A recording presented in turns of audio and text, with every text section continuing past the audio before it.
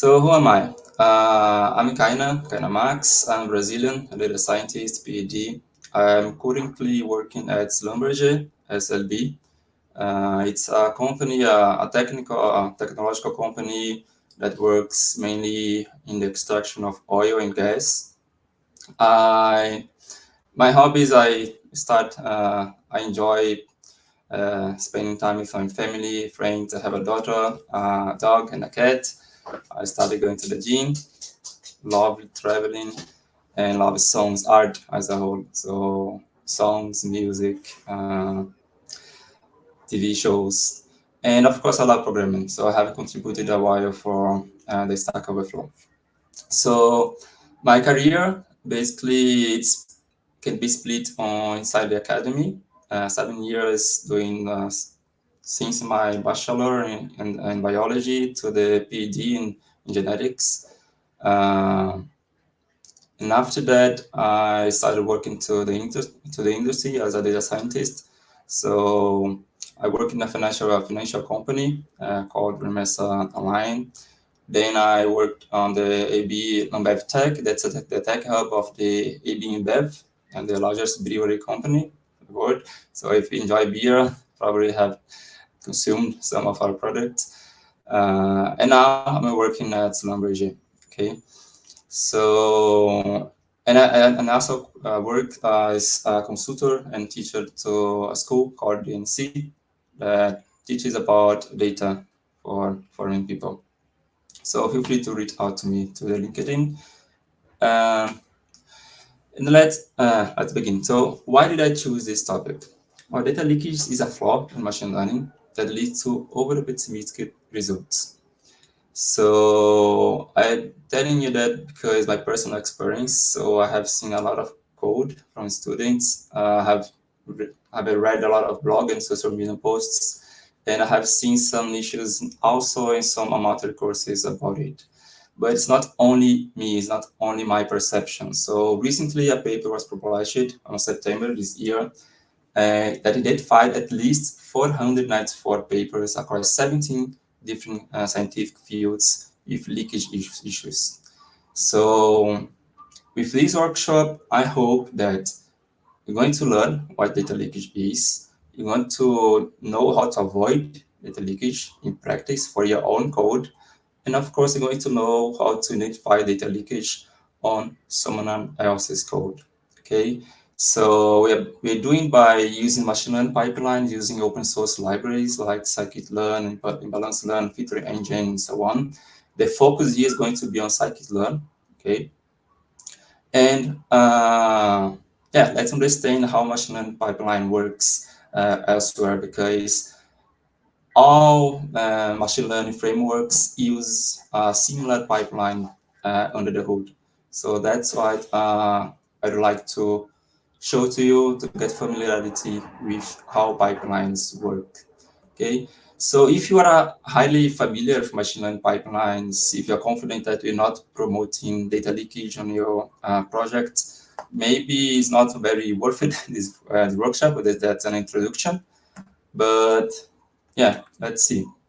So what's the requirements? It's good to have a basic machine learning knowledge, at least for this theoretical part. We're going to talk a little bit using slides, then we're going to practice a bit. And it's a place to have a familiarity with the scikit-learn. It's really good. For the practice, it's mandatory to have Python knowledge and pandas as well. So it's really good to have a basic machine learning knowledge and a basic familiarity with scikit-learn as well. Okay, so what's the agenda? I'm going to start reviewing some concepts of machine learning life cycle to be sure everyone is the same page. I'm going to talk about data leakage, definition, how some common mistakes when you are talking about data leakage, and about pipelines using scikit-learn as an example, so that you can avoid some of the mistakes that you can commit about data leakage. And then finally, we're going to have some hands-on, okay? We can see the repository here. I need to update some things, but the majority of the code is already over there. I'm going to use Colab here just to highlighting some concepts. So let's begin. Well, just a reminder, the machine learning life cycle works like the CEO, someone has a demand that's going to give it to the project manager, and occasionally it's going to reach you, the data scientist. So the data scientist has the role of understanding what's the requirement, so that's the business understanding. Then you need to understand available data, if it's feasible or not, what data it's available for working on this issue, this problem. And then it has to prepare the data, to model the data, evaluate the model, and then finally deploy the model. And after that, it needs to monitor the deployed model, okay? But let's stick to these main sections. So the machine learning pipelines works a little bit in this, fits in the data preparation, data preprocessing and modeling. And it's also essential for a proper evaluation. So let's start talking about the evaluation. So when you're working with machine learning, mainly supervised machine learning models, we need a test set. So we need to leave out some data so that you can compare the metrics of our trained model to see how well it's performing. So that's the fundamental of machine learning, right? So there are several techniques to do that. The simplest one is to just split the data across training data and a test set. Okay, but here's the deal. Not only the model should be trained on the training data, but also the preprocessing step should be done on the training data. And you must use the same preprocessing step applied to the training data to the test data as well. You must be sure of it. Okay. If you, for example, another way to evaluate our model is to leave a test set to provide metrics, and then in the training set we can either split apart for validation, or you can perform a cross validation. So here, each blue fold is a test set. And again, this test set should not be preprocessed separately. I mean, you need to use the same parameters from the model and from the preprocessing step using this training data over here. Okay, so it's very important. And why is that? The test data should know nothing about the training set. Okay, it should be loyal to the reality of an unseen data. That's why. So you want a good generalist model. You don't want a model that memorizes the training data. And to be sure of it, we need to keep a split, a very good split between the training and the test set. So here we have another way to look at the machine learning life cycle, focusing on the data preparation modeling. For the data preparation, we start doing the data analysis, and then we are going to process the data, a process called filter engine. Okay, then we might select the data to build the pipeline. So here is where the machine learning pipeline comes. The feature engineering can involve several steps. Some of them are mandatory for machine learning models. For example, missing values. We cannot have missing values. Most of the models we work don't handle missing values natively. Okay, even though the ones that has handle missing values, it's not like they are doing something like we can do before sending to the model. Okay, categorical values. The models doesn't accept a string as well, so we need to transform it into numbers somehow to encode. Okay, some topics to be aware of is the cardinality. If you have a high number of labels, it's going to increase a lot the amount of columns in the data. So it's going to be computationally expensive and prone to overfitting. You can use rare labels to rare to label infrequent categories for avoiding this problem. The distribution, a better spread of values might benefit performance for some models, and outliers can be impacting some models as well. For example, linear models, distance-based models is going to be impacted by outliers. So here are some topics, some pre-processing techniques that you can apply. Okay, you can apply numeric feature scaling. Depending on the model is going to be important. For example, again, linear, generalized linear models, distance-based models, models that, some models that, for example, logistic regression that use a gradient descent to find the best parameters. So it might benefit from numeric feature scaling. The categorical feature encoding, it's important, like I said in previous slide. So we can apply on hard code, ordinal frequency and time encoding. We can also apply feature selection, for example, dimensionality reduction for reducing the amount of variables in our data, for example, PCA. We can use variable importance, like correlation, using some kind of correlation values or tree-based models. And you can also provide a regularization to decrease the weight from some variables. Feature transformations can be important as well.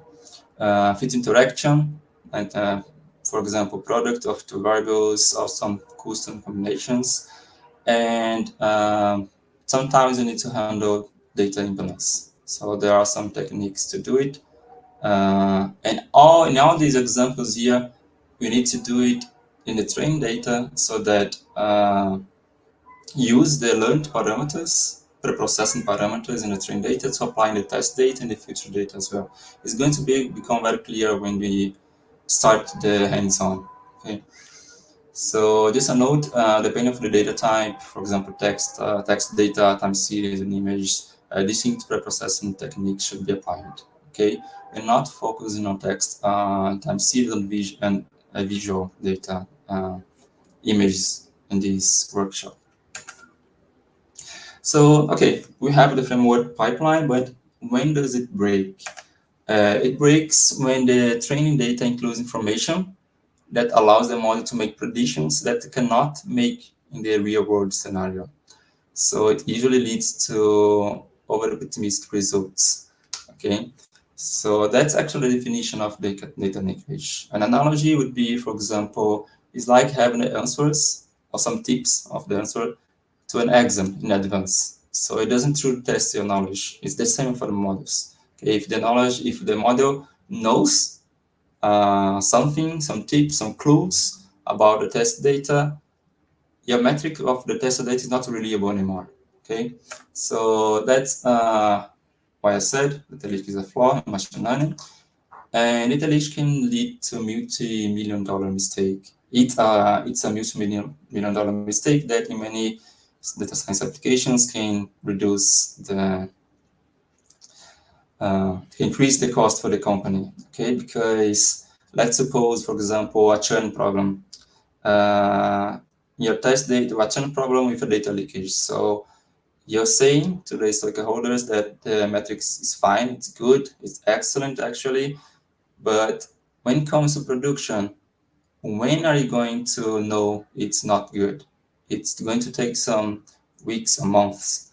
So by that date, we have probably the company has taken some actions based on your model, and this action is not resulting in any benefit to the company because it's based on an unreliable model. Okay. So here we have some common reasons. Again, taking the paper I mentioned before. So the most common, in my opinion, is the lack of a clean separation of the training test set. So usually it might happen, for example, if there's no test set, it's the worst scenario. But even if you have some training test set, but you preprocess, you apply the same preprocess technique to the training test set. For example, the fit on training, the fit on test, feature selection done using both as well together. If you have duplicates in the data sets, can lead to data leakage because let's suppose that we split the data randomly, and they have 3 duplicated records, 3 information from the same customer. So it happens that you can learn the pattern of this customer, and then you're going to test again this customer, because this customer is duplicated, is also the test set. So we need to remove it. Another issue is, for example, model use feature that's not legitimate. So a good example is to use a feature that is not available at the time of the prediction. You have in your data because you have the labels, but in the field, the major goal is to apply a model on unseen data. I mean, on data without the labels, so that you can predict the labels. But in this case, you not have it. Or, for example, you can also have some feature that's derived from the target. So let's say again churn. If you have the variable churn, and I also have the variable, for example, the reason for the churn, you cannot use the reason for the churn, right? Because it's kind of the same information. Again, it's derived from the target directly. Finally, for example, the test set is not drawn from the distribution of scientific interest. So if you're dealing with time series, for example, you need to apply time series split on the data. So taking only the last values for the test, which you may not, for example, randomly split your data for time series. If there's some sampling bias as well. So for example, if you train using people from geography, in a test set is very different people. So a bias also going to impact the data. And one example of it is, for example, when we handle imbalanced data. So you cannot, for example, change the test set at all. So you cannot resample the test set. You just resample the train set for training, and then evaluate it in the test set. Okay. And even so, if you go a little bit back here in the K-fold, it's important to notice that ideally the test set should not be used to tune the model as well. Okay, because if you're tuning the model based on the test set, you're kind of optimizing it for the test set. Okay, usually you either do a cross validation or leave a piece of data for validation for tuning purpose. Okay.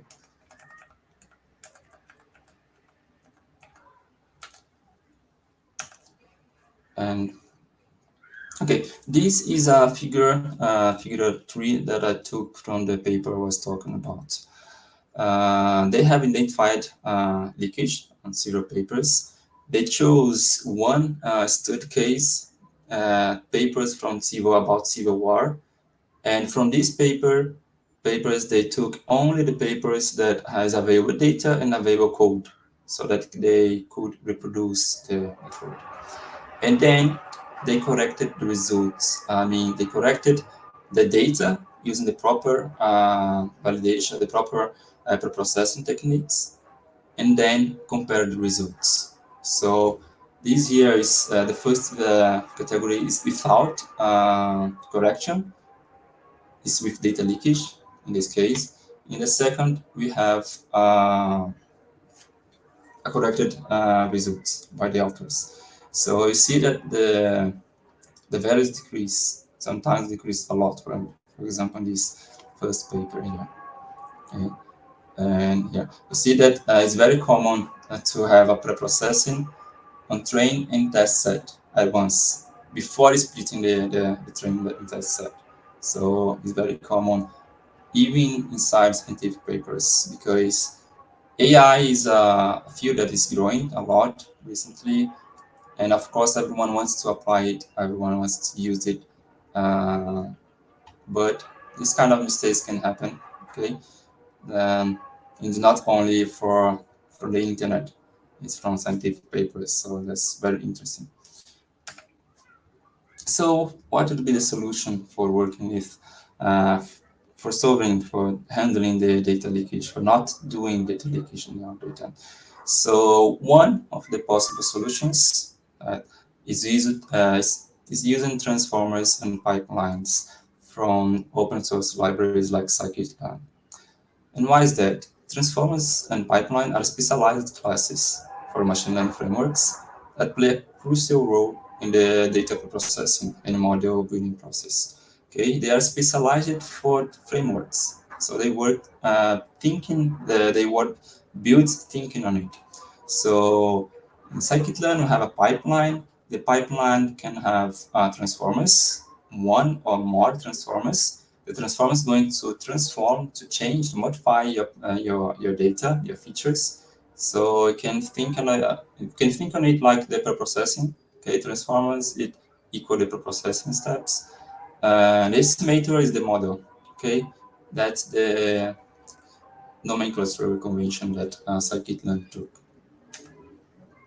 And how does it work? The scikit-learn it has, like I said, transformers, the estimators, the pipelines for capturing all of these, and also the column transformers. It's a special class to apply some transformations to specific columns. Okay, we're going to test it on the practice as well. But it's not only scikit-learn, because scikit-learn is like the pioneer library for machine learning Python. So a lot of libraries were built using the same structure provided by scikit-learn. So, for example, ActGBoost, CatBoost, LightGPM, Feature Engine, and so on. So the pattern is very similar. So that's why it's very important. If you know, if you learn if you understand the pipelines from scikit-learn, it's quite easy to understand pipeline from other libraries as well. So talking about the transformers, that's how it works. So the transformers can be any kind of preprocessing step. A single transformer is like a preprocessing step, or a conjunction, or several preprocessing steps. For example, this transformer here, in this example, we're going to use the simple inputter. It can be the simple inputter, so that's going to apply transformation to the data. But first, you need to learn from the data. So instantiate this transformer. When you apply the fit to the data, it's going to save the attributes, the model state, so that they can use the same attributes to the test data, to the feature data, and all. Okay, and the same here for the standard scalar. Okay, when you fit in the touch columns, we need two attributes to reproduce this equation. So we need the mean and the scale, that is standard deviation. So basically, what's the formula for the standard scalar is like the value minus the average of values divided by the standard deviation. Okay, imagine that we are using this a new instance. We want to predict on a new instance, but we only have one customer. So how would I apply standard deviation, take the mean of a single value? So that's why we save these attributes from the training set. Okay. Okay. So fit is going to learn the parameters. Transform is going to use the learned parameters to be applied to the new data. And fit transform is going to do both of these at once. So basically, the first learn parameters, then it uses the learn parameters to transform the data. Okay. For the estimator, it's kind of the same logic, but the difference that instead of using the dot transform, you're going to use the dot predict. Okay, but it's also going to have the model state. For example, a simple linear regression. What do you need for applying linear regression? You need the coefficients and the intercept. So it's going to save these variables, these attributes, so that can be used on new feature data. Okay. What if we need to apply specific techniques, specific preprocessing to different columns? There is a smart way of doing that. Okay, using the column transformers. So basically, let's take, for example, this input here. We have some numerical variables over here, and you have two categorical variables. So we want to, for the numerical variables, we want, for example, to scale the numerical variables, and for the categorical variables, we want to provide one routing code to these variables. So by using this class, you can specify what you want to do, in which columns you want to do. Then it's going to split these columns, apply the transformation we want to do, and then it's going to concatenate it automatically. Okay, it's going to be saved in a kind of a transformer class as well. Again, this here is going to be more clear in the practice. Okay. And finally, you have the pipelines to encapsulate, to group all of these together. Okay, so what does a pipeline do? The pipeline can, for example, have a transformer and estimator by the end of this pipeline. So that's if you build a pipeline, if a transformer in an estimator, you pass the data and the target, what it's going to do? It's going to save the state of the transformer. It's going to apply the transformation to this data to get the output. It's going to use this transformed data as input to the model. And again, it's going to save the model state, the attributes from the model. Okay, the fit is done just once. Once apply the fit, we can have, for example, the attributes necessary to reproduce the predict function. So we need the mean of the inputter. We need the in this example here for the numerical variables, we're going to apply a simple inputter. I'm going to scale the data, so we need the mean and the standard deviation value. For the categorical data, we need the categories that's going to, for each from each categorical column, and this index if you would like to drop some values. For example, if you have a binary column, categorical column, you can select keep just one column instead of keep both of them. And then we have for the random forest, we have the estimators. So we have all the trees used for making the classification using random forest. After that, we can just predict the data. And why is that so good? It's good because it's simple. It's very simple, and it's very practical for deploying in machine learning applications, because you don't need to save every single transformer separately, because you don't need to save the attributes from here, from here, from here. It's just a single object that has all required attributes for applying the prediction. Okay. In a final note about scikit-learn, it has two ways of processing the data.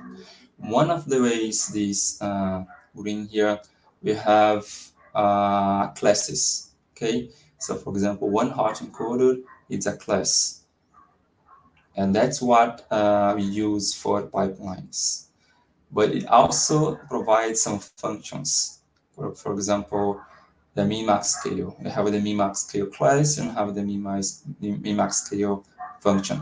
What's the difference? And the function is going to output results. It's not going to save the attributes required for applying to feature data. So it may be worth it to use it when you're going to use it just only once, for example, for a particular purpose. But if you want to apply to build a predict pipeline, a predict model, you should use the classes instead, because the classes store all the attributes necessary for applying the prediction, applying the transformation. Okay, so it's indeed it's even a note from the website. When you go to this page in scikit-learn, we see a note, for example, do not use scale unless you know what you're doing. Why they say that? Because they don't want you to use these in a pipeline. I mean, to transform the data using these, and then taking this data to a model, a supervised model, because by the end, when you're going to use it, you need to apply it again. So it's best to use the standard scaler instead.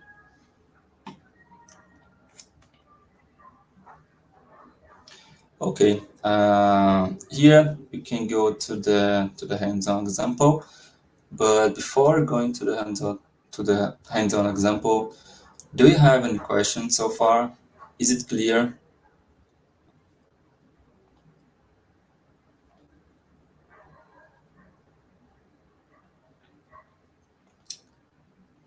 Please let me know by the chat.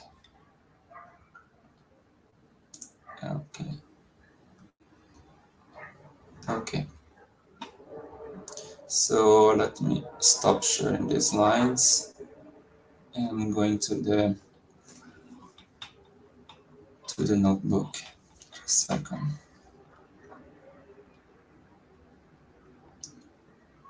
Clean output.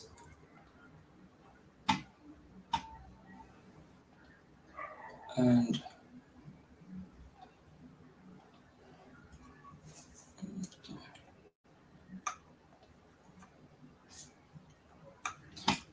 share the screen again.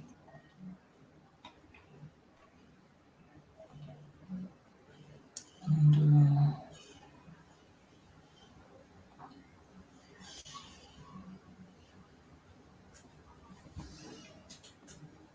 oh, sorry. Do you see the screen? Okay, so let's begin. Okay, I'm going to run some code with you, but here it's pre-written, but I'm going to go step by step if required. Okay, so the first thing I'd like to do is to install Scikit-learn. Actually, this version is already installed on Colab. Okay, but it's very important for reproducibility if you're using this locally to have at least a version greater than 1.2 for Scikit-learn. For Scikit-engine, I think you can install any version, should work.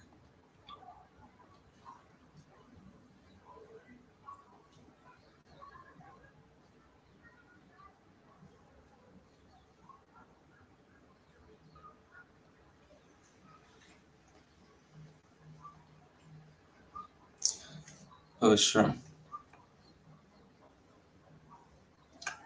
Is it better? Okay, I believe it is. So this here is just for the didactic purpose, not for showing the wrap text when I print it. And I know best practice would be to load all libraries in the beginning of the notebook, but I think it's going to generate confusion. So I just load some of the libraries, but I load, import the other libraries, the other functions as needed. So Pico just for saving our models and transformers. Pandas and NumPy, you should be familiar. And Seaborn for visualizing. I don't think you're going to use it, but okay. Here I'm going to use an important parameter. Starting from, I believe it's 1.0 for scikit-learn, we are able to provide this configuration here. So basically, when you use any transformer or estimator, you're going to output a pandas table instead of an NumPy array. I mean, at least if the input is a pandas table, the output is going to be a pandas table as well. Okay, so I'm going to use this configuration, this setting, and okay. And here I'm going to load the pipeline. Okay, but I'll talk about it again soon. The important here for now is the logistic regression. Okay. So first step, I'm not going to use real data here, since I just want to show to you how it works. First, I'm going to create fake data so that you can clearly see it. So it has few observations. As you can see, the training data has 5 observations, the test data has 3, and just a feature data that we do not know the label just have 1 observation. Okay, so that's the structure of our fake data. So we have 2 numerical features, 2 categorical features, and the target. Okay, think on it for example, a tool, any kind of tool that is going to use it and can fail or not. So let's say if it's answering if the tool has failed in the next job, for example, the next execution, next usage. Okay, so the last temperature, the last pressure, if there is any maintenance due, or the age status as a categorical variable.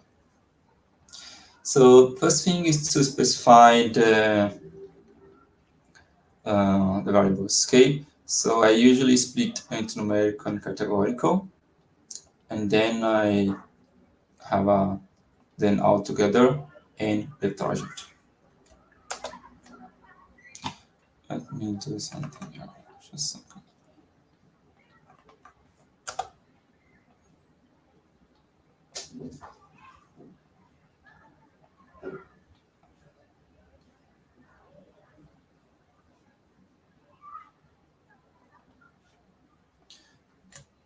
Just a second. Changing something here.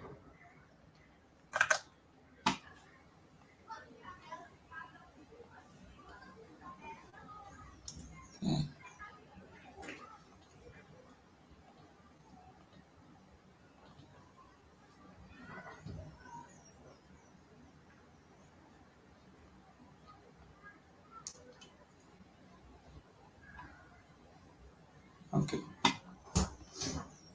Let's proceed. So first I'm going to manually processing all the features without using scikit-learn transformers and without using scikit-learn pipelines. And why is that? Is because I'm doing it because I'd like you to know, to learn how to understand, to fully understand how a pipeline should look like.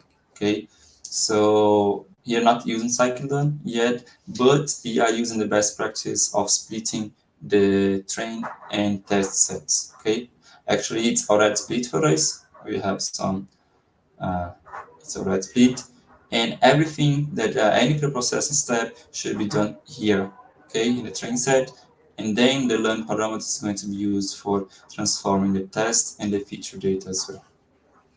So okay, just a note, I'm not recommending anyone to take a manual approach like this. It's just for the didactic purpose. Okay, we should have in this case missing values, numerical variables and categorical variables.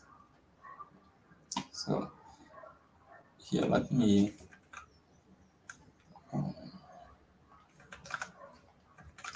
raise something here. I'm going to paste it in case better if you do this way. So here I'm going to split the features from training and the labels for training, the same for test, and the features for the new instance for the feature data, and I don't have any label for the feature data. I just want to predict it.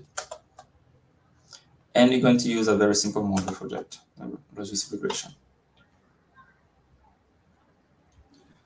So for analyzing the missing values, if you, for example, if you try to predict it, to use the model in the data as it is, so it's going to fail. Why is that? Because we have missing values. Okay, it doesn't accept missing values, so it should handle the missing values. And how would you do it? We can drop the rules. That's one way.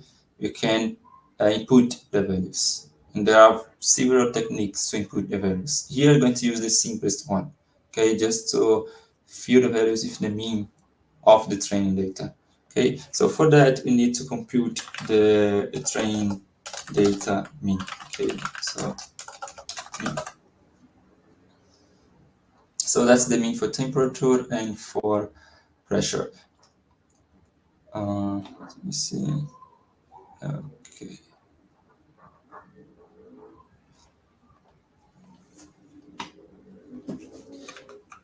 So let's begin it here. And then by using these, you can fill the input, the missing values for the training, test, and validation data. So train, how would you fill it? You can fill in A using these here. It acts like a dictionary. So for the temperature column, it's going to input this value. For the pressure column, it's going to input this value and so on. So that's the logic of the transformers from upside down. Okay, it's going to save the attribute learned in the training data and apply it on every data that we want. So let's do it all at once. Okay, so I'm filling up the missing values from the training, from the test, and from the new data.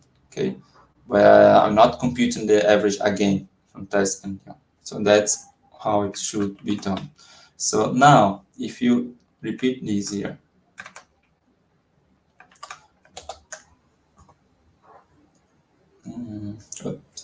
input it, right? Okay, so it works. No error. So it means that it's inputted. Then you can use this model to predict the new instances. So that's the comment. Without missing values, run is okay. And let's predict it. So no error at all. So here I have the results. So, but if for example, we try to run a predict without with a data with missing value, then we would get an error. Okay, missing value. So let's do it. So that's basically how we should view missing values if not using scikit-learn approach.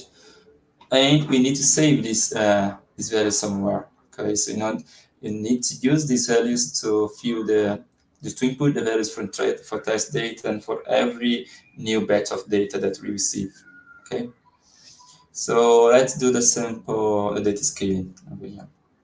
So the formula for data scaling, like I said, for the z-score is like getting that for each value you subtract the mean of the column of the feature and then divide by the standard deviation of the feature. So here we get a standard deviation just like we took the mean. Okay, that's the standard deviation. So we can apply the formula using the learned mean, the training, and using the standard deviation from the training. So here it's inputted. I am going to take inputted data sets, and then I'm going to use the means and divide by the standard deviations. Okay, for every column. And here, if you show, for example, a value that's here, it's there is no missing value, and it's also scaled. Okay. Now let's train the model. So I'm going to train the model using the inputted and scaled data. Let's see. Okay, no error. It's running okay, and our features were properly scaled. Okay, using the logic, the correct logic. So, but what now? If you want to use this model for new data, what do we need? We need to take the data, we need to input the data, we need to scale the features of the inputted values. Okay, so how do you do it? Let's here. So basically we need to save all of these features. So for example, here we create a dictionary with all the values. So for the inputter, we need the average because it's taking only the average to input the missing values for every column. Okay. Here for the scalar, we need the average and the standard deviation. So I'm saving the average. I'm saving the standard deviations. Train one, and that's it. So here I don't need it. It's just for showing. Here I have the model that was trained on this data before. And then we need to save this somewhere because we need to load it and use it. So for example, we can save it like this. So I'm taking the numeric processor parameters and save in the training processor. And I'm taking the numeric model here. I'm saving the model.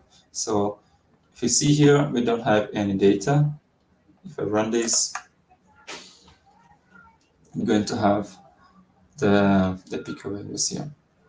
Okay, so once you load it, we need to load and to apply the modification to the data, just like we had done before. Okay, a lot of work. So let's proceed. Okay, let me go some piece by piece on this.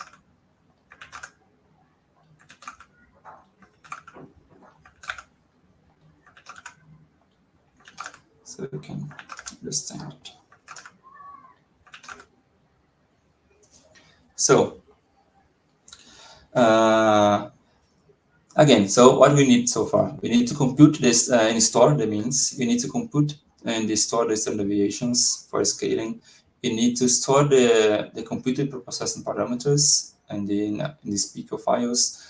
We need to create, after that, we need to create a table with the inputted values. We need to create another table using these inputted values to scale the values. And then we need to apply we need to manually apply the processing to this table with the training parameters.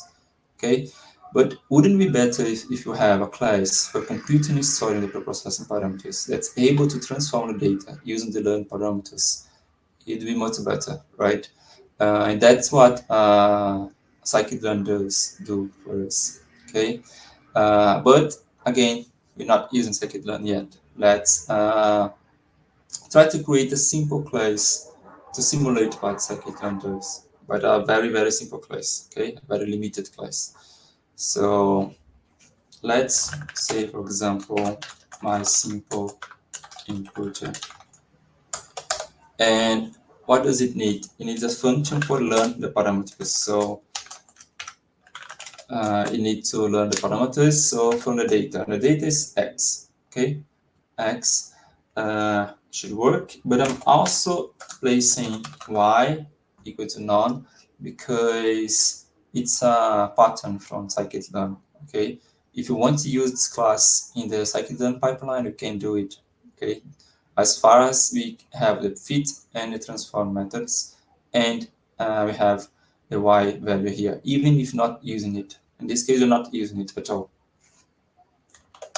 So let's say, for example, feature names in is the feature names you see so far. Okay.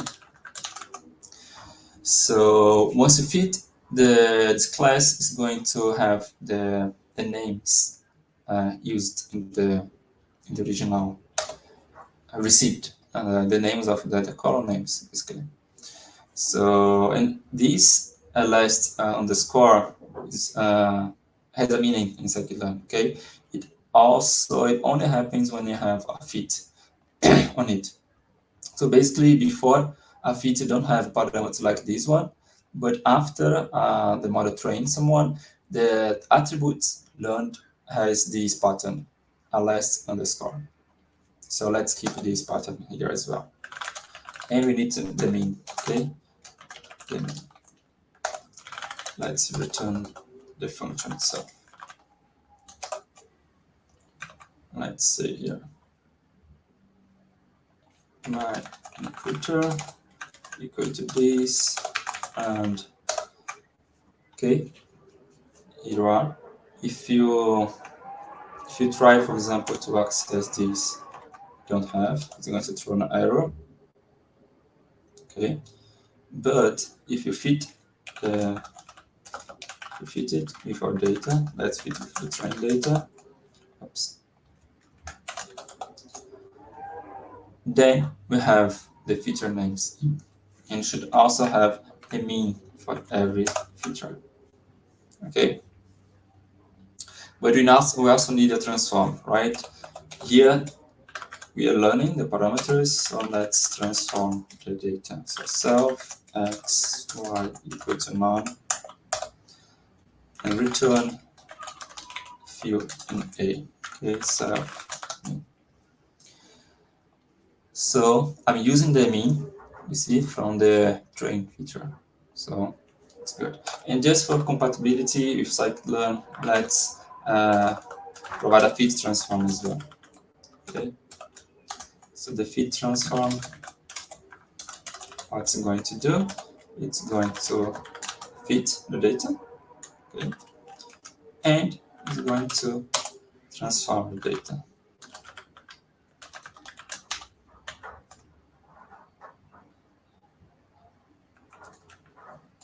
Let's see how it works. So here, fit, let's transform it.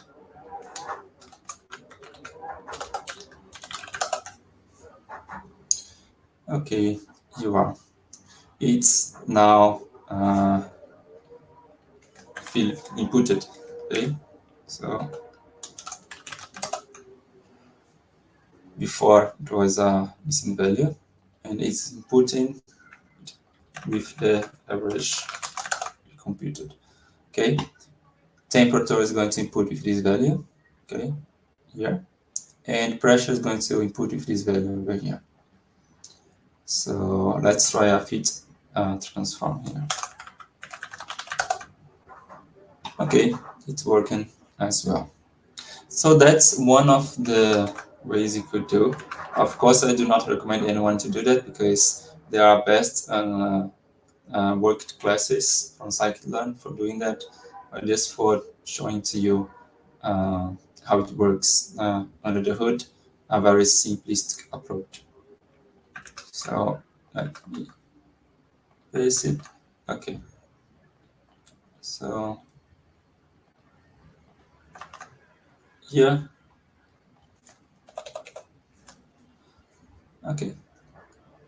If I don't have the if I don't have fitted the data, I don't have the parameter. After I fit the data, I should be able to see the learn parameters. Okay, so let's transform all the data, and it works okay. Okay, no error was launched. And let's see before and after the implementation for the test set. Okay, use our classes. You fit our class to the train data, and you are using the parameters learned for the test data. So here's how it looks like. Okay. So let's do a similar approach for the standard scale as well. The standard scale, you need the average and you need the standard deviation. So how should you do it? I think it's very similar. Okay. So what do you need? We need the mean. Once we fit in the mean, we need the standard deviation. And okay, that's it. After that, we're going to use to return the transform data. So the value minus the mean divided by the standard deviation. And here's the z-score. Finally, the fit transform just to show here, to encapsulate both of them together. So here, let's say take the inputter. We need to train the inputter, and here these scalars should be done in the data with no missing data. Okay, so we're taking the actually transformed. Here my inputter and my scalar.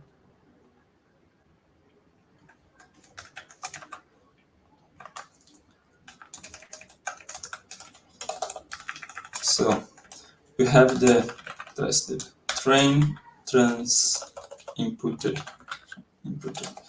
So train inputted, it's this train fetch transform.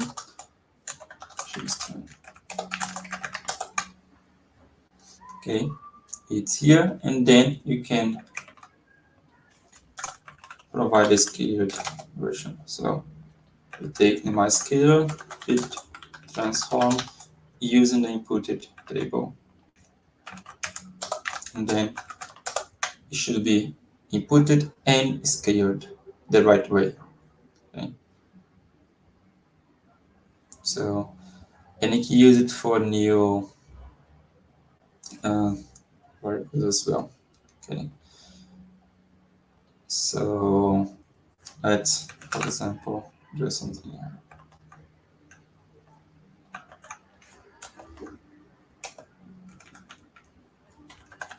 Read this. Okay, here I'm learning the parameters, the attributes, and then I can apply it to the test data as well. So how should I apply the test data?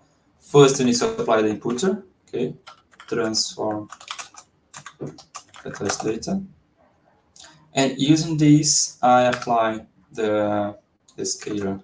Okay, transform. Okay, so first imputation, then scaling, and here you are. Okay, so I can do it for the test and train data as well. Right here.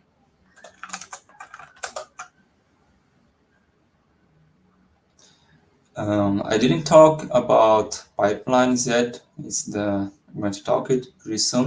But like I said, if you want to use these classes in a pipeline, we can do it. So, for example, I'm going to show to you how to create a simple pipeline here. Pipeline. I'm going to press all the transformers, okay, ordered. So it's my inputter, it's my scalar, and you can apply the logis regression. But for now, let's just keep just this. Transform pipeline. Then we can use fit to our data. Okay, and here's the pipeline. We use the simple inputter and the standard scalar to all features. Then you can use this to predict new data. Let's predict, not sorry, for to transform the data. So transform. So not model is transform pipeline and transform. Okay, let me show it to you. So here I'm going to print the. Sorry, I think it's best to just do this here. Fit transform. Okay, you can use it in the train data, the test data, and the feature data as well. But if you want to also include the model to transform the data and take this transform data to predict the class, the target class, we can do it. So let's just variation. Okay. Okay. The only difference that we are also going to need the trend value, right? We need the labels, features, labels. Okay.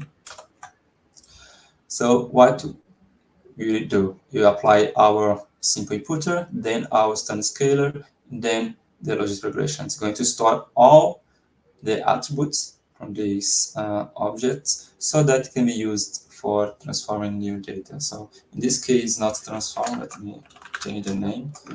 It's a model pipeline, it's a whole pipeline.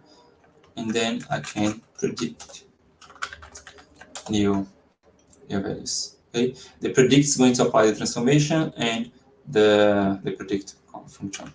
Okay, if I can do it for all the data, so okay, I can apply it to the train, to the test, and to the new. And here we are. Okay. Again, we can save the preprocessor. Okay, we're going to save it numeric inputter and a numeric scaler. I'm saving it separately. Okay, so here we have inputter and scaler. So let's talk about the categorical features. Okay, here I'm selecting the categorical features, okay. And let me show it to you. We have these two columns over here. Okay. Let me again erase some things over here. Okay. So my first suggestion is not using pandas get dummies because it's going to apply different preprocessing to every dataset. It relies on the dataset. It doesn't have this intuition of applying to a train set and save the parameters so that they can be applied to new datasets. Okay, so for example, if I apply pandas data get dummies to every distinct set that we have, we get this. Okay, for the train data, that's our result. For the test data, you see here we have an extra column. So there's an extra column here. And we have, for the new data, we have only one observation. These observations, one for this and one for this. It has no do maintenance, and the age status is new. So what happens if we fit this here? So what is the mod?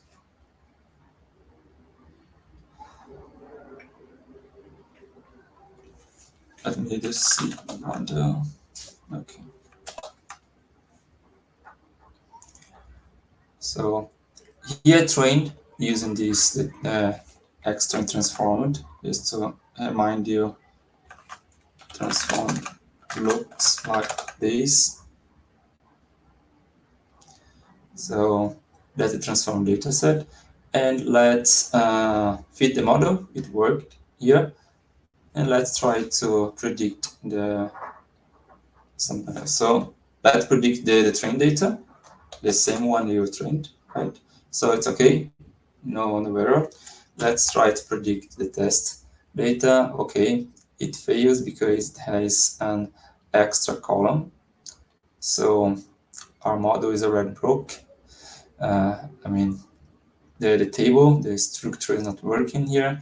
And if you try to predict the new, it's even worse. So I have two features that's missing. Okay, categories, two categories seen in the trainer that's not seen in this new data. So it's going to broke the model. So that's why I don't recommend using predict dummies like this, because it's equivalent to use fit in the scroll transform to the train test and new data as well. So let me raise it here to go with you. Okay.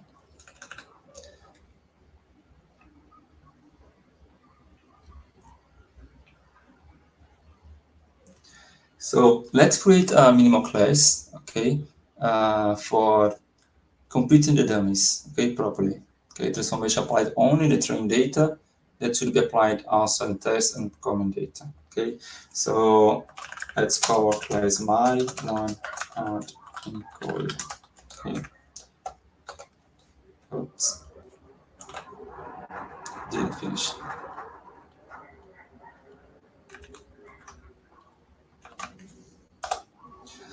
And we need the fit. So I'm going to self x and y equal to none for maintaining compatibility with scikit-learn. And then let's call the categories here. And the categories would be the feature here. So basically for something, I'm going to take the feature in the columns, available columns. So basically want a set. So feature is equal to a set of cheese feature. Okay, why is not feature? Cheese. Okay, what's wrong here? Okay, it's missing a comma. Okay. So here, if you do this, let me show it to you. And let's see the categories. It doesn't exist, it's going to fail, right? But if you fit the cheese train,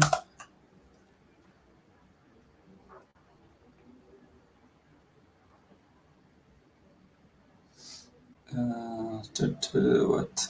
Let's see what happened here. Cheese feeds and cheese cones. Non-times is not as not attributes. Non-time. Okay, I need to return the object itself. Okay, so for do maintenance, I have these two categories. For edge status, I have these two categories, and so on. So basically, this is the information from the training. And this is what we're going to provide by the output. We need an output where the table contains a column for this, a column for this, a column for this, a column for this. You don't want extra columns. You don't want fewer columns. Okay, I mean, only if in the case you want to drop one of the binary variables, okay, that's acceptable. So, but in this case, you still need to capture store all the possible categories, and you need to create another attribute to show what category should drop. Okay, but in this case, we're going to keep all these categories over here. So, okay. So here I don't want only this, I want the table itself. So output columns, what is going to be the output columns? Then I'm going to use PD guard elements, but only the train data, okay? Train, and I want the columns here, columns to list, okay? So here, if I see the output columns, I see all the columns I should have, not only for the training, but for the test, the future data as well. So that's the columns I should have in the final table.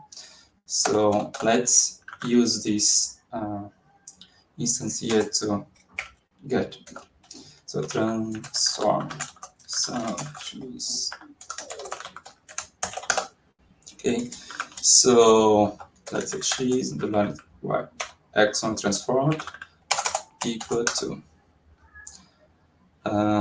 here you can get dummies, but there's a trick here. You can get dummies, but force to use the same columns over here. So pandas has a function for it. It's to index. So I want only these columns. If the columns are not present, it's going to return 0. I mean, sorry, it's going to return missing value. But the column is going to be present. That's important. That's what we want. And in this case, in the case the column is not present, we can fill like 0 because it's not present. That's the meaning. And finally, you can convert it to integer. So let's test it. So, okay. I just feed the data. Let's transform. transform train. Okay, I haven't returned the case here.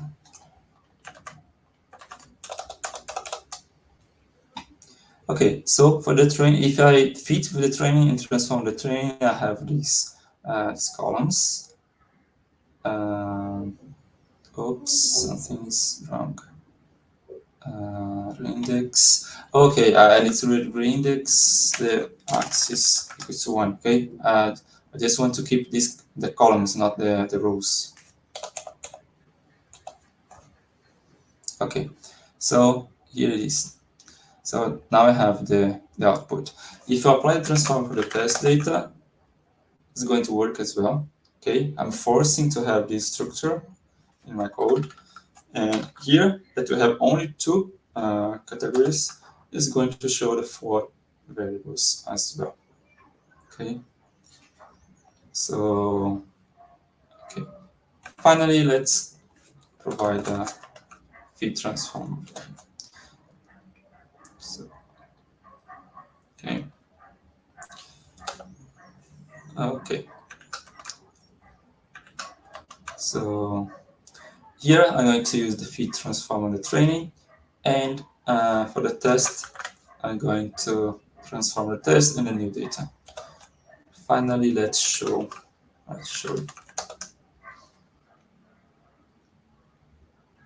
Okay, same structure, right?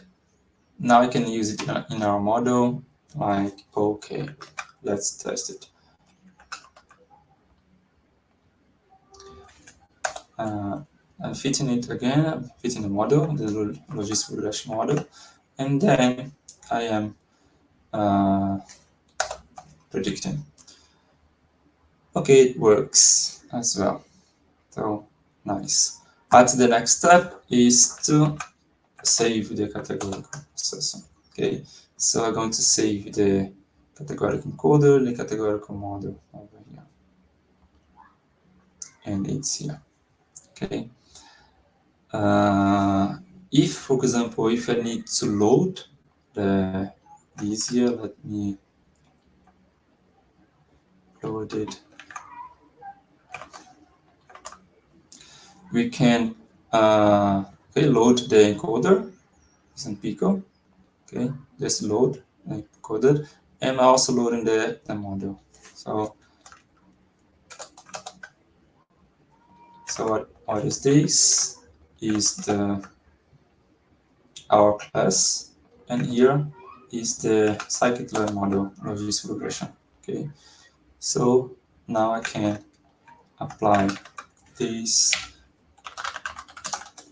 to our data. So I need to process for data, right? It's already fit. I don't need to fit it again. Okay, I fit, I saved, I load, and then I'm using it because the attributes are already learned.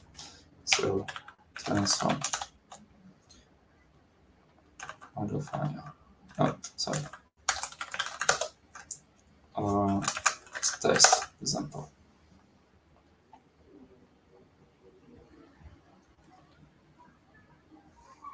Okay. So yeah, here before diving into the machine learning pipelines, we are almost there. I would like to make sure that it's fully understandable, this part of how it works. I think we can take some 5 to 7 minutes before going to this. Let me, okay.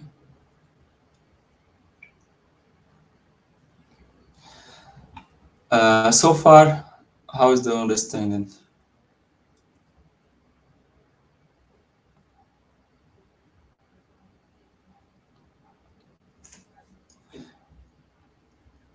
Oh, I just saw a question in the Q&A. How do you suggest to do pre-processing best practice in a manual way? Like if you know the dataset has missing values and how do you suggest best practice for that? The best practice is doing exactly what I'm doing here. You need to create the instances, the classes, to fit it, save it, Once we save it, we're going to load it and use the learned parameters, just like a scikit-learn will do.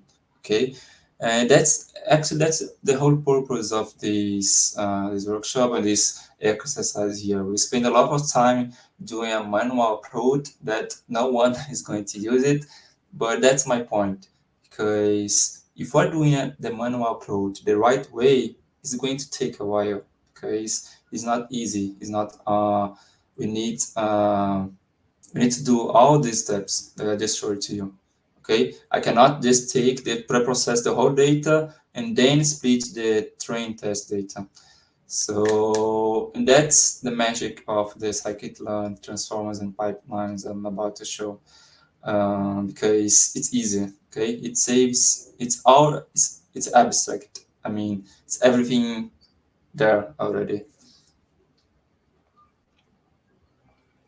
Okay, 5 minutes. I'll be back. Okay, let's keep going.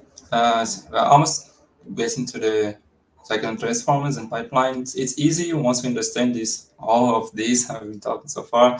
The scikit-learn does it like very quickly and efficiently for us. So, what if I want to work with the whole feature? So far, I have processed separately the numeric features and the categorical features. What if I want to have a single class, a single function to process it all at once, while being able to specify the transformers? So that's what I'm going to do right now. Okay. So here I'm selecting all the features, not only the numerical ones. And we're going to load all the preprocessors and transformers, the manual transformers that we have made. Okay. Okay. So I have the numeric inputter, I have the numeric scalar, and the categorical encoder. Inputter, scalar, encoder. So how can we apply these, like to simulate a scikit-learn pipeline? So basically, you can use the reduce function that recursively applies a functions to a data. So basically, let's say we have one table as input data and three functions. So it applies the first function, get the output of this first function. This output is used in the second function. Then this output is going to be applied to the third function.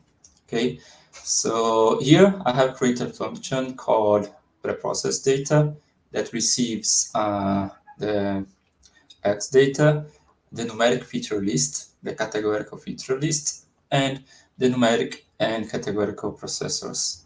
Okay, it's going to return the bonus data frame as well. So it receives the bonus data frame is going to return upon the bonus data frame.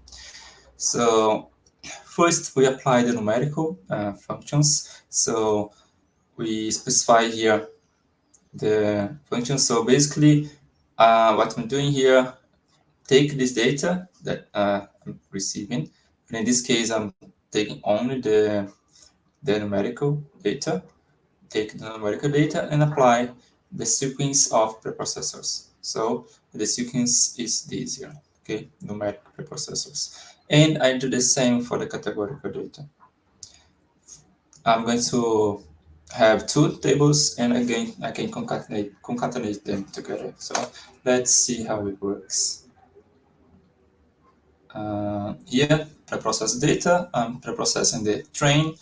I have the list of numerical features, the list of categorical features is going to be the same over train test and feature data. And the transformers is also going to be the same. Okay, we have built it manually over here. And then I'm going to show this. Okay, she's transformed, test transformed, and new transformed. And here I have the inputted numerical variables scaled, inputted and scaled, and with the demo variables. Okay, it's kind of simulated pipeline, but of course very very simple. Okay, very limited compared to the scikit-learn pipeline. But that's what would take us without scikit-learn. But now we have the scikit-learn. I mean, we have not only scikit-learn, we have feature engine, we have other libraries as well. Okay, and once you understand how transformers and estimators work together, you're going to understand how PyCaret, how Amazon SageMaker, how DataQ, how other platforms work as well, because they use a pipeline like this. Okay, so without further ado, let's go straight to it. So uh, here I'm loading the simple inputter, standard scale, and one hot encoder. Okay. Indeed, I create this function here just to show the attributes from the scikit-learn classes. So it should end with underscore, like I discussed in the slides. Okay. Okay. So let's instantiate the inputter. So the scikit-learn inputter, you can see here it has some options for working. So it has, for example, strategy. I'm not restricted to the mean. I can fill up with the median. I can fill up with any other value, pre-computed value, and that's it. Okay, so I can specify the value here. I can also ask to add an indicator of missing values. So it's more complex than ours. Okay, and it works very good. So here is the inputter from scikit-learn. Let's see the parameters, the learned parameters. None. That's expected because we didn't apply the fit yet. So here I'm going to apply the fit and ask to show the parameters again. And now I have the parameters. So it has the feature names from the input table. It has the indicators in case this here is true. I have the any amount of features, and I have the statistics. The statistics is the mean. In this case, is the mean. They not saying mean underscore because it can also be other strategies here. So I see the same values that we have seen before in the manual approach. Okay, the average for temperature and the average for the other one for the pressure. Okay. So what if we place indicator equal to true? Let's try to see it and apply it to the numerical features.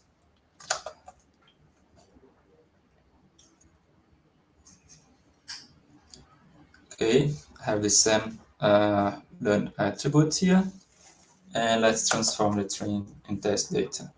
So if I add a missing indicator, it's going to fill to input the values, and it's also going to add a new column for every inputted column, telling if the value of the observation was inputted or not.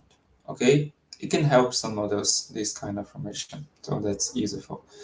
And it's the same for the test.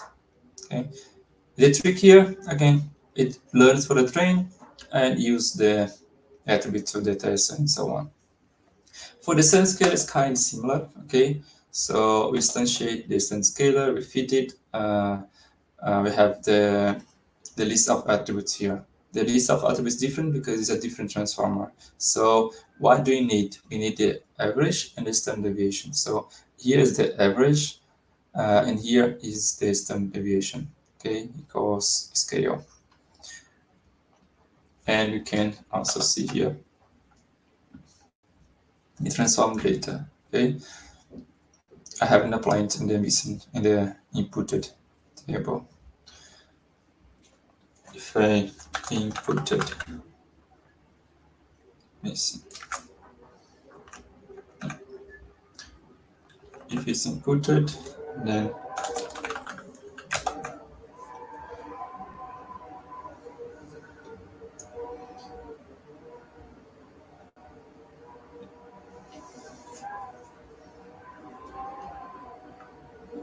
okay, here are. So, like I said, another way of applying the scalar function is using a function from scikit-learn, but it's not suitable for pipelines. Okay, you can use like this, returns an NumPy array. There's a trick to keep returning the pandas. Just apply the function like this.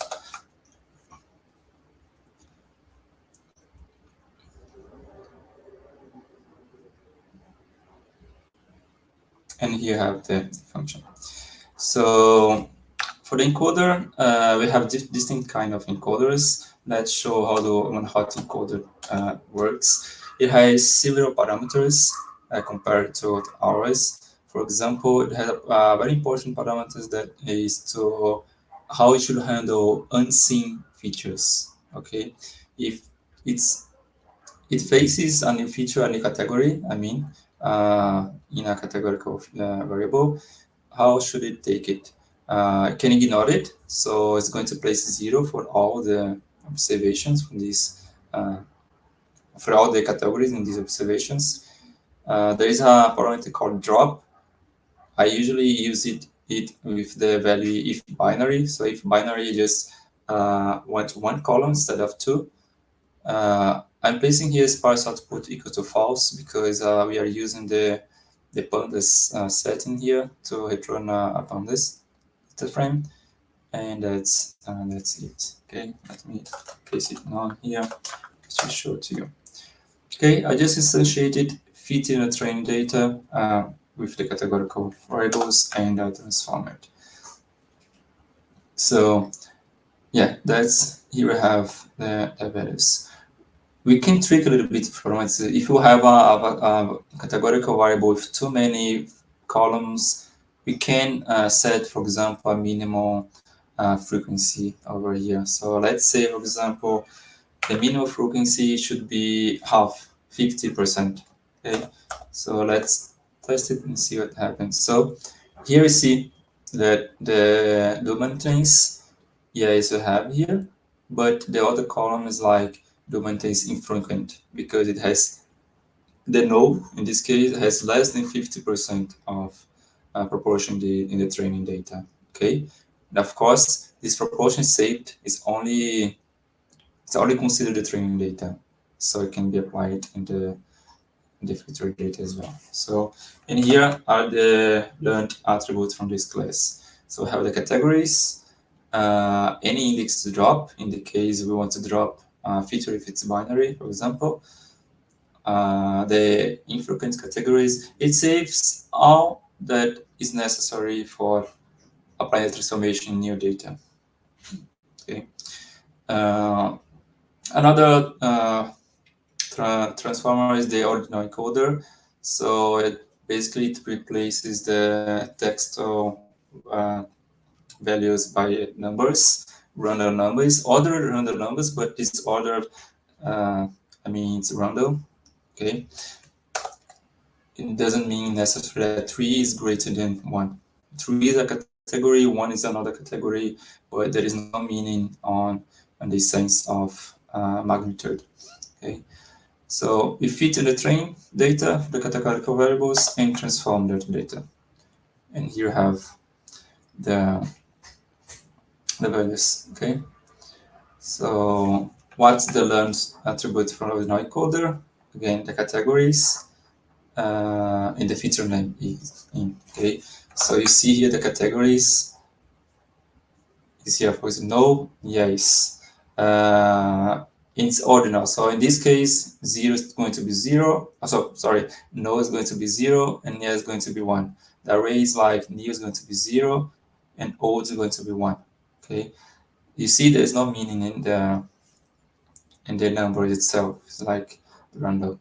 So it's important to not apply it for if you're using any generalized machine learning model or distance-based model, is going to mess up with the patterns in the data. But if you're using tree-based model, for example, it's a good way to avoid creating too many columns to your model. Here is a label encoder, but the label encoder is suited only for the target variable, okay, not for the feature variables, as it is described in the documentation of scikit-learn. So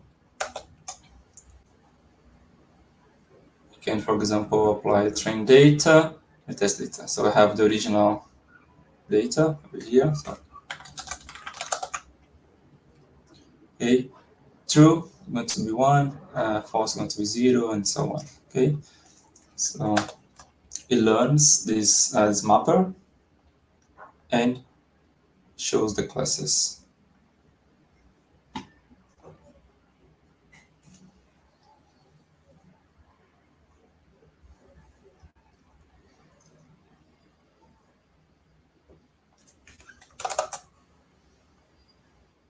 Okay. Okay, so what if you want to apply some transformers to specific columns all at once in an efficient way? So scikit-learn in other libraries provides something called column transformer that you can specify which transformation way to do in which columns. So basically you instantiate your transformers, okay, and you need to pass in this following structure. So inside the column transformer, it accepts a list of tuples, and each tuple has 3 values. Okay, if you're using like this here, the first value is the numeric. The first value is the name of the step of this transformer.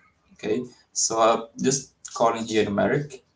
I'm going to apply this transformation here, the numeric processor, on these features. Okay, then I'm going to pass in other tuple to specify the name, the transformers, and the performance. So if I fit the train, I didn't.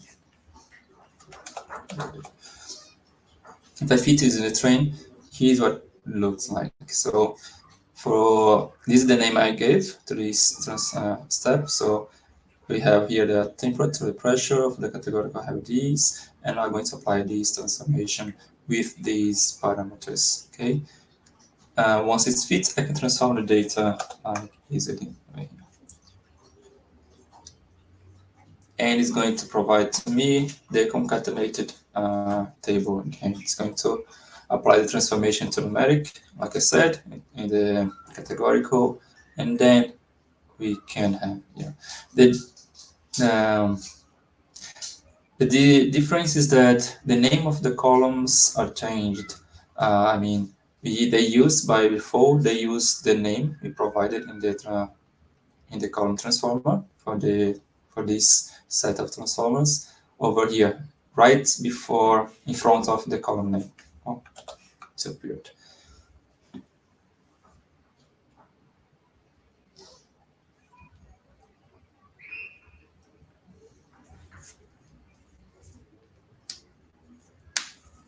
Okay, right over here.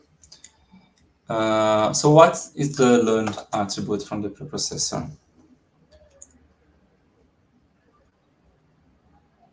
So just remember this preprocessor is the column transformer that I have provided here. It's taking a while, not sure why.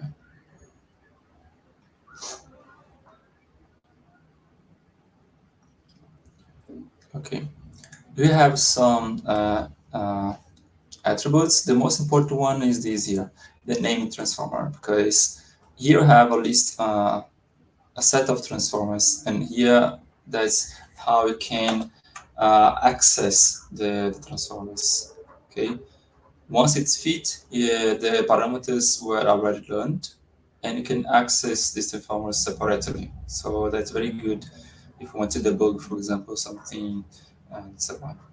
So that's it. So you can, for example, to take this simple inputter, they're called numeric, and I can apply it to the numerical variables.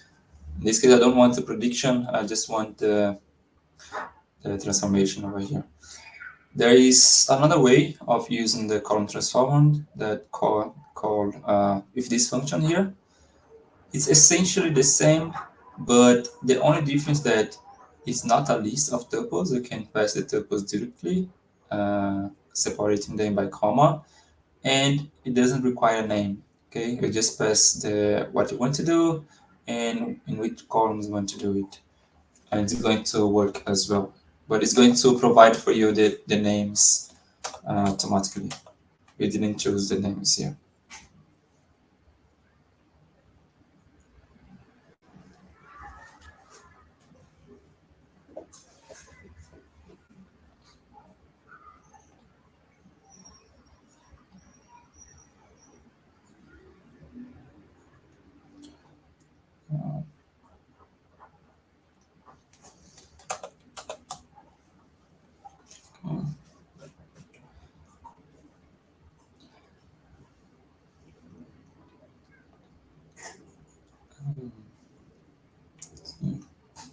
Okay, it's taken a while, but it's working. Okay. So let's go to the pipeline example. So far we have seen the column transformers, and then if you want to use a pipeline, you can just use it inside a pipeline specifying like this. So let's see from the beginning. So here you have the product transformers, just like we have done before. Here you have the column transformer, just like you have done before, specifying the transformers and the features. And then the pipelines has this structure list of tuples, where each tuple is a step name, a transformer estimator. So you pass the step name, and then you pass the transformer or the estimator. In this case, first the transformer, then the estimator. Then we have this. Okay. After transforming, we have the pipeline from the model here.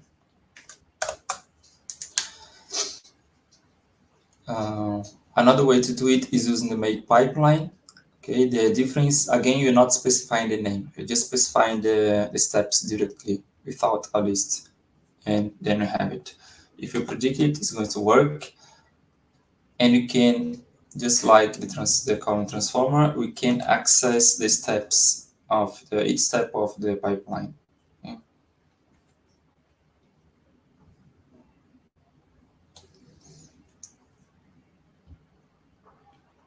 I'm not sure why it's taking so long.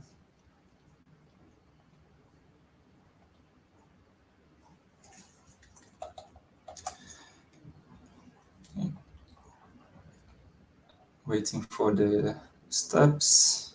Okay, here the steps. Okay, so I have the column transformer, the name of the step, and the step is this one. Here is the name, and here this one, and so on. Likewise, you can access a specific step with this way. You can also access it directly from the pipeline like this, and you can use it like usual. It's already fit. Okay. For example, for accessing the inputter, I should access the numerical transformer. Inside the numerical transformer, I can access the simple inputter, okay? And I can use it for imputation if I want. So a second example, let's say for the numerical features, I want not only the imputation, but I want the imputation and scaling. So I just apply a simple inputter here. I make a pipeline here with these two steps. Okay, here I use the categorical. But inside the column transformer, here's the deal, here's the catch. I can use a pipeline inside the column transformer. So with a step named numeric, I'm using this processor, which is a pipeline, to the numerical features. Okay, and here I'm using a pipeline to the with this preprocessor and the model. So basically, again, numerical is a pipeline. I use the numeric pipeline inside the column transformer over here. And finally, I can use a big, a major pipeline where I use the column transformer, which has a pipeline already. So I use it. That's how it looked like. So for numerical, now I have two steps. That's a mini pipeline over here, and I can transform the data to send it to the model. Okay, so and that's it. I can access the steps like these. named steps. I'm going to use the preprocessor. Inside the preprocessor, I can access other features if wanted. So, for example, I have the model here. I call model. So I can access the model and get the parameters or change the parameters of the models as well over here. Okay.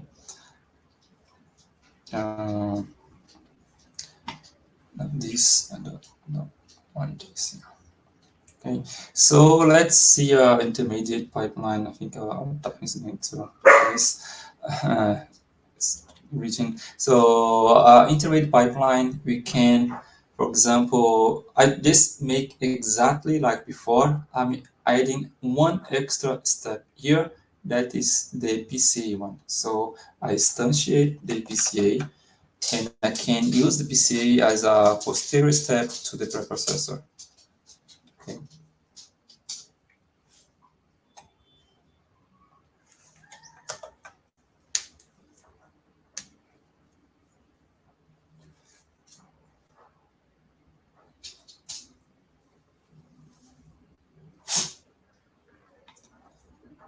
Let's wait a little bit. And time to run this.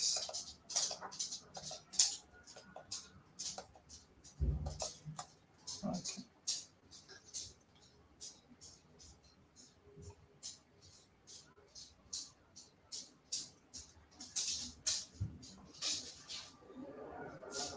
Oh my god, not sure why it's taking so long.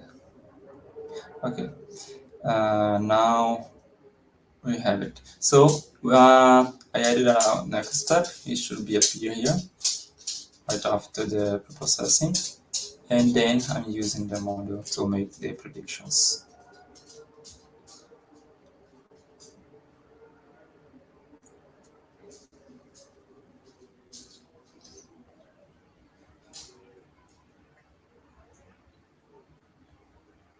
Okay, here it is.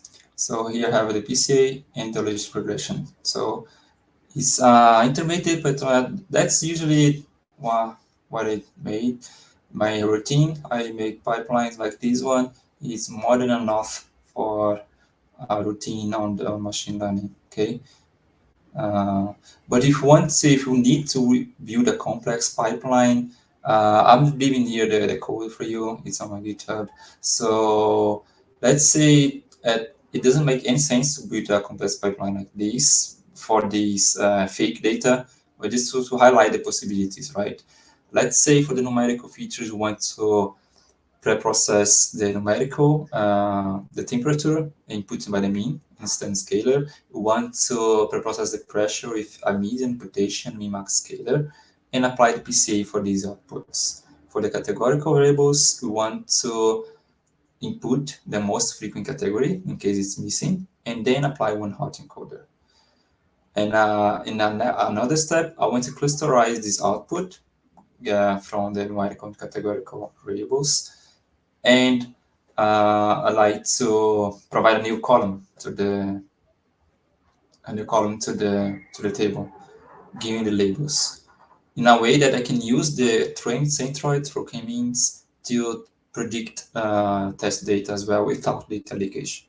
And finally, I want to apply a feature selection, automatic feature selection from scikit-learn to finally train my model. Okay, and I want to encapsulate it all together so we can do it. We can save just a single object and load this object for applying what I want.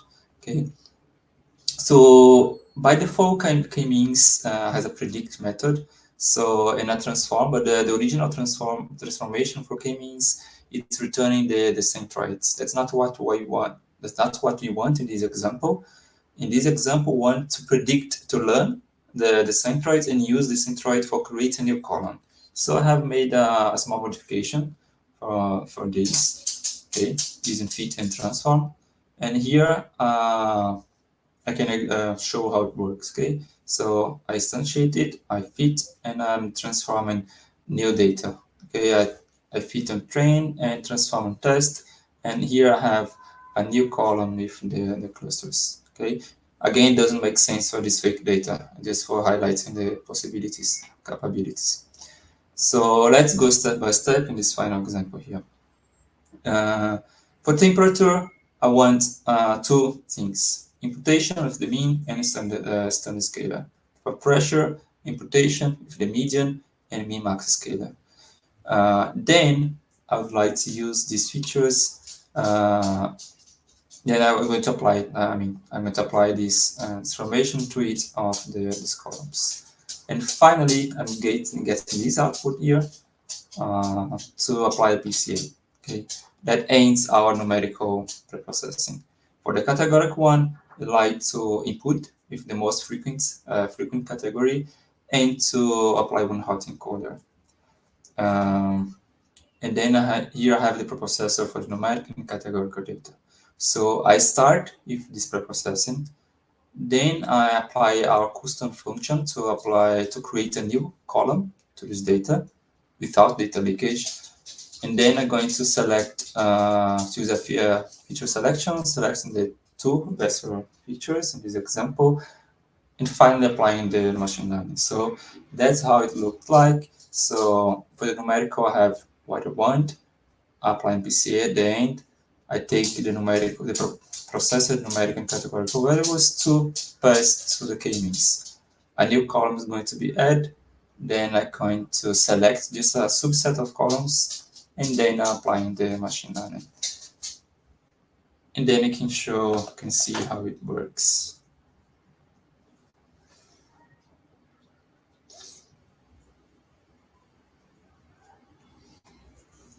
Yeah. So we have further additional materials that it's available to you on GitHub.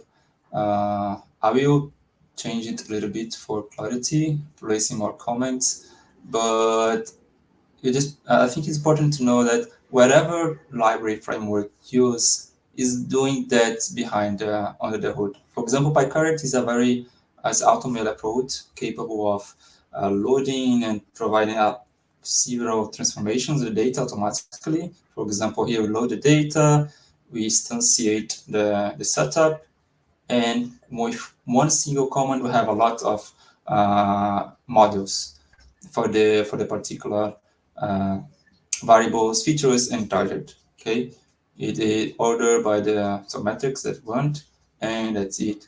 They're also capable of providing the by tuning, automatic tuning, ensemble, evaluating, and so on. But by the end, after we finalize the model, that's what you have. You see, you're probably familiar with it already, I hope. So that's what you have behind under the hood from these AutoML frameworks. All of them use pipelines in a way that he learned the parameters, and is able to use the learned parameters to new data. Okay, is this a huge abstraction of the pipelines? So far, any questions? I'm sorry about the time. I would like to explain more some more things. Again, the notebook is over here. For the machine learning pipeline, I just put for the for the PySpark ML. I'm not going to show it to you, but only from the import you can see it's similar, right? From PySpark ML, you can import the pipeline. You can import the stand scalar, the on-hot encoder, and you can use all this preprocessing and estimators to the pipeline. But this case is a pipeline built for PySpark. Okay, but the logic is the same. You can use the same DEX we have seen so far.